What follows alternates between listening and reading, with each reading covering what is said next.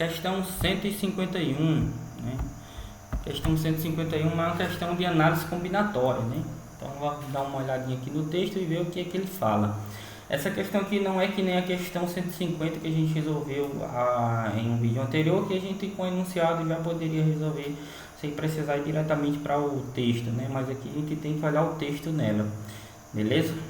Vamos olhar, por exemplo, só o enunciado. Lendo o enunciado a gente percebe que não dá para fazer muita coisa, né?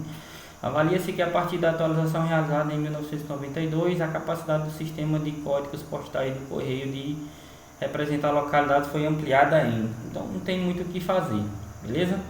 Então vamos lá para o texto, né? Código postal, saiba o que é a dúvida comum em cadastros Brasil afora.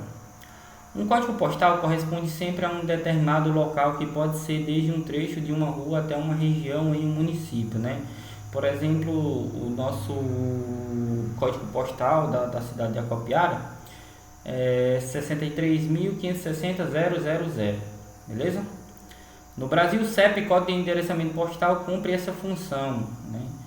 Cada país tem o seu sistema. Nos Estados Unidos chama-se Zip Code, na França CEDEX, por exemplo. Os códigos servem para facilitar o trabalho de localizar os endereços e de separar e encaminhar correspondência, já que funcionam como um identificador único para cada área postal do país, né? É como se fosse um celular de uma localidade, né? Você encontra a localidade através desse CEP, beleza? O CEP foi criado pelos Correios em 1971 e a princípio tinha apenas 5 números, beleza? Então tinha apenas 5 números. Por exemplo, aqui nós poderíamos ter essa representação aqui, ó. Por exemplo, 53.560, né? Ok? Em maio de 1992, o sistema foi atualizado para o formato atual, composto por 8 números, sendo eles os 5 dígitos principais acrescidos de um sufixo de 3 dígitos, né? Então, aqui nós vamos ter, né, depois desse carinha, mais 3 dígitos, beleza? Ok? Né? Aqui, por exemplo, ele colocou essa situação, 000 no final. Ok, avalia-se que a partir da atualização realizada em 1992, a capacidade do sistema de códigos postais do correio de representar localidades foi ampliada em. Então a ampliação é a gente saber quantas vezes, né, essa quantidade de códigos antigas, né, foi multiplicada, tá certo? A quantidade de vezes. Então, aqui nesses 5 primeiros dígitos, né, a gente já tem um valor fixo, né, que eu não sei qual é, vamos chamar de X, não vai influenciar na nossa questão. A quantidade de endereçamentos postais que a gente teria seria X. Quando você adiciona 3 dígitos, né, o que acontece, né? De quantas formas, a gente pode pensar assim, de quantas formas eu posso escolher o primeiro dígito do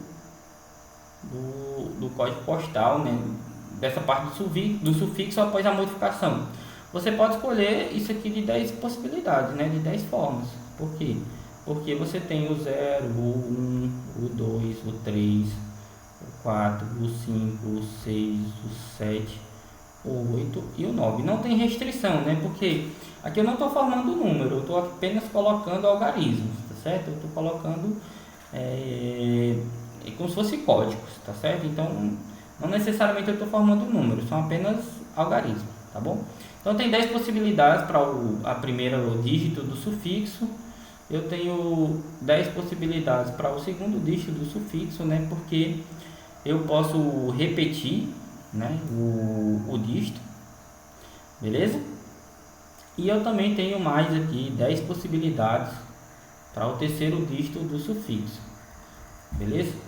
O que acontece, né? O princípio fundamental da contagem diz que se você tem as possibilidades e quer saber a quantidade de maneiras que você pode ter uma situação desse tipo, você multiplica as possibilidades. Então, né, esse resultado X, né, vai ser multiplicado por 10 vezes 10 vezes 10, ou seja, a ampliação vai ser de 10 elevado a 3, tá bom? Só que nas alternativas não aparece só 10 elevado a 3, aparece, por exemplo, 1 vezes 10 elevado a 3. É porque aqui do lado, né, quando não aparece, eu posso colocar 1. 1 vezes 10 elevado a 3. É porque 1 vezes 10 elevado a 3 continua sendo 10 elevado a 3, tá bom?